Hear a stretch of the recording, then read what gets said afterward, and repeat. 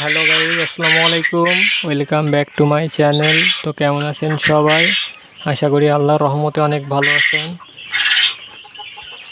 তো আলহামদুলিল্লাহ আমিও অনেক ভালো আছি। তো অনেক দিন হয়ে গেছে আমি কোনো ভিডিও দেই না।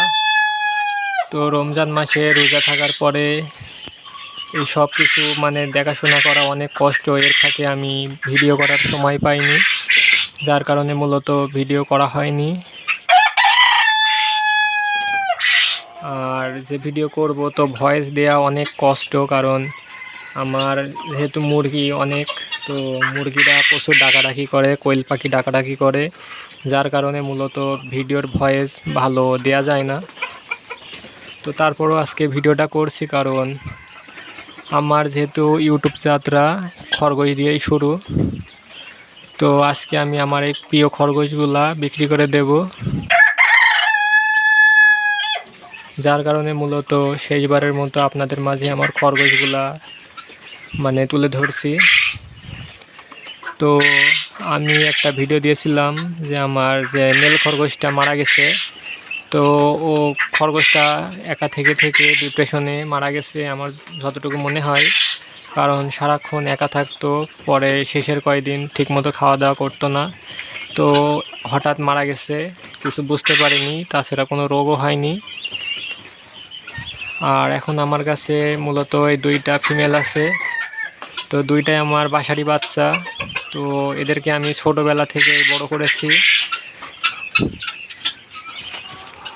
তো এই যে দেখুন যে দুইটা বাচ্চা।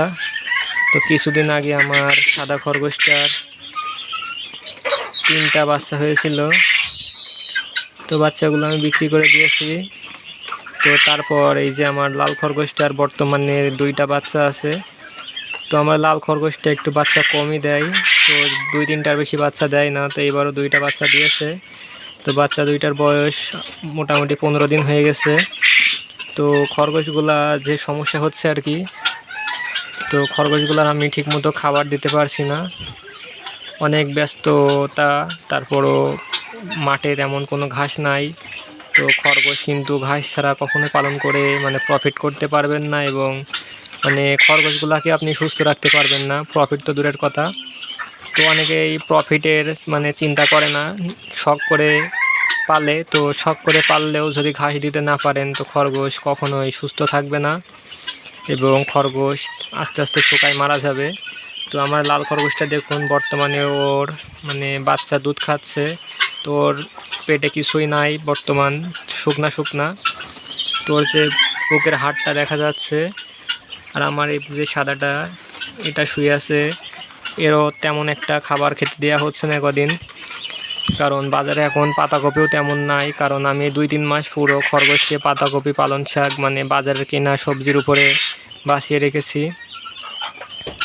তো এখন আমার ঘাস মাঠে আছে, তারপরও কাটতে যাবার সময় হচ্ছে না, যার কারণে খরগোশগুলারে ঠিকমতো খাবার দিতে পারছি না। তো সেজন্য ভাবছি যে আমার যেহেতু প্রিয় খরগোশ, তাদেরকে আমি কষ্ট দিয়ে তিলে তিলে না মেরে এর থেকে বিক্রি করে দিলে দেখা যাবে যে যে কিনবে সে খরগোশগুলোকে যত্ন করে রাখবে। তো আমি খরগোশগুলো বিক্রি করছি, তারপর আমার পরিচিত একজনের কাছে।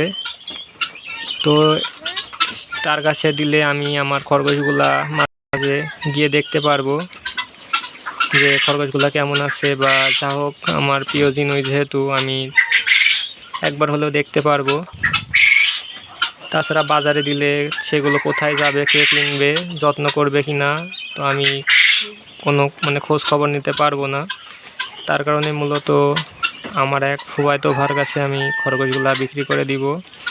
তো যা হোক, খরগোশগুলো এখন আমি নিয়ে যাব।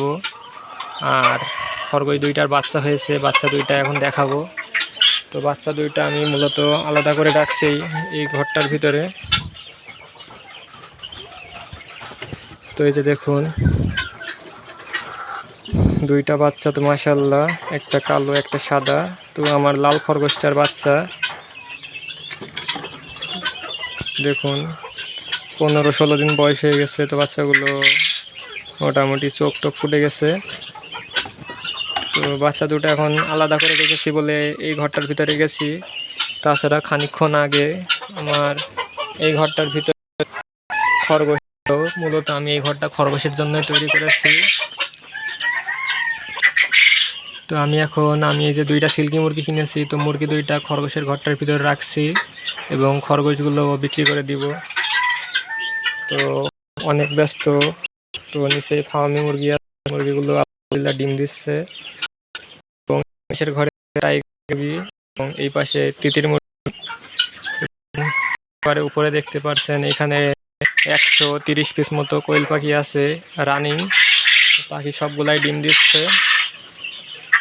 তাছাড়াও বাইরে আছে দেশি মুরগি, হাঁস।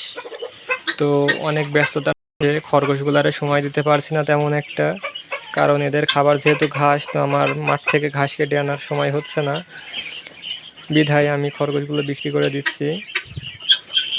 তো আজকের ভিডিও এতটুকুই। তো সকলে ভালো থাকেন, সুস্থ থাকেন। আর আমার চ্যানেলে যারা নতুন, চ্যানেলটা সাবস্ক্রাইব করে রাখবেন। তো আপনাদের ভালোবাসা পেলে আরও এগিয়ে যেতে পারবো ইনশাআল্লাহ। আল্লাহ হাফেজ।